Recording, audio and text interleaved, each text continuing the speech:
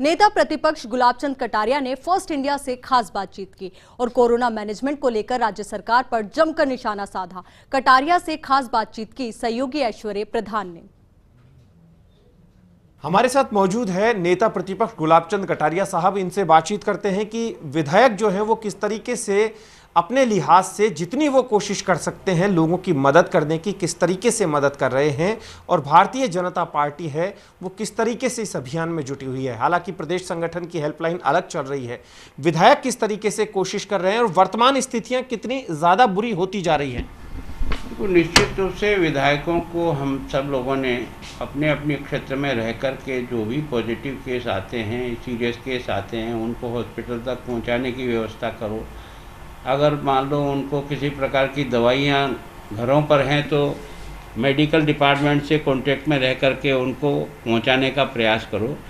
मैं सोचता हूं कि शहरों में तो कई प्रकार के संगठन आज की तारीख में काम कर रहे हैं और बड़े मन से और बड़े सेवा भाव से लग रहे हैं। न तो उनसे कोई लेना है न देना है, न वो किसी राजनीतिक पार्टी के हैं, लेकिन कई समाजी संगठन, राजनीतिक पार्टियां भी अपनी भी हेल्पलाइन लगा करके अलग अलग काम कर रहे हैं। हमने बहुत पहले 28 तारीख को ही हमने विधायक दल का फैसला किया और हमने सबको 1 महीने का वेतन पिछली बार भी दिया था, इस बार भी मुख्यमंत्री सहायता कोष में दिया है।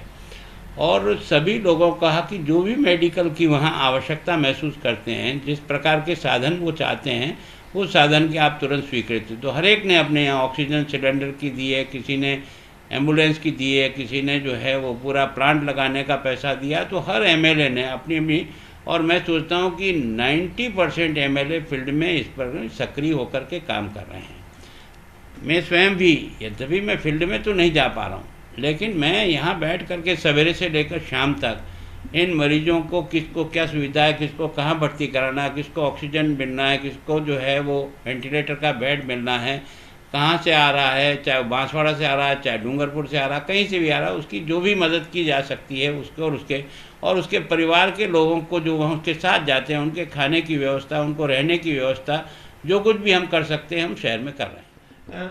कटारिया साहब, आप बहुत वरिष्ठ हैं और सबसे ज़्यादा तजुर्बा आपके पास है, लेकिन इस दौर में राजनीतिक रूप से बयानबाजी जो चलती है, आरोप प्रत्यारोप के दौर चलते हैं, उसकी बजाय अगर पूरा फोकस किया जाए काम पर, कुछ समस्याएं होती है, कुछ कमियां होती है, उनको सुधारा भी जा सकता है।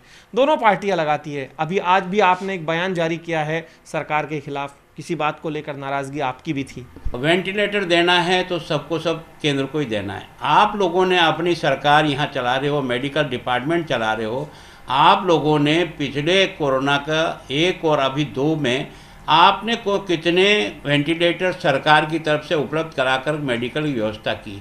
दुर्भाग्य तो यह है कि गाँवों में आज की तारीख में डॉक्टर और स्टाफ नहीं है और गाँवों में जिस प्रकार का विस्फोट हो रहा है, लेकिन आलोचना क्या करेंगे कि वेंटिलेटर ख़राब आए। अरे भाई, 1 साल से तुम्हारे पास पड़े हैं, अगर ख़राब थे तो लौटा देते और लौटा करके जांच शुरू कर देते। यही वेंटिलेटर सारे हिंदुस्तान में सप्लाई किया है, केवल राजस्थान में ही शिकायतें आती है और डिब्बे में पैक है। आपने जब बाहर निकाल कर उसको लगाया ही नहीं तो खराबी क्या। और मान लो हो सकती खराबी भी है तो आपको समय पे देना, ये छोटी बातें हैं। ऑक्सीजन किससे हमको सप्लाई नहीं हो रही है तो ऑक्सीजन सप्लाई जितना केंद्र को करना उतना आपने साल भर में क्या जनरेट किया है यार, कम से कम उसका तो आंकड़ा दो कि जो आप यहाँ जनरेट करके अपने स्टेट से व्यवस्था कर सकते थे वो। अब आज रघु शर्मा जी ने तो पराकाष्ठा ही कर दी। लॉ एंड ऑर्डर बिगड़ेगा तो उसकी जिम्मेदारी भी केंद्र की। ओवरऑल देखा जाए तो फिलहाल जो है नेता प्रतिपक्ष गुलाबचंद कटारिया साहब का गुस्सा है व्यवस्थाओं को लेकर कि व्यवस्थाएं केंद्र के ऊपर आरोप ना लगाएं, अपने यहाँ की व्यवस्थाएं देखें। रामनिवास गुर्जर के साथ ऐश्वर्य प्रधान, फर्स्ट इंडिया न्यूज़, जयपुर।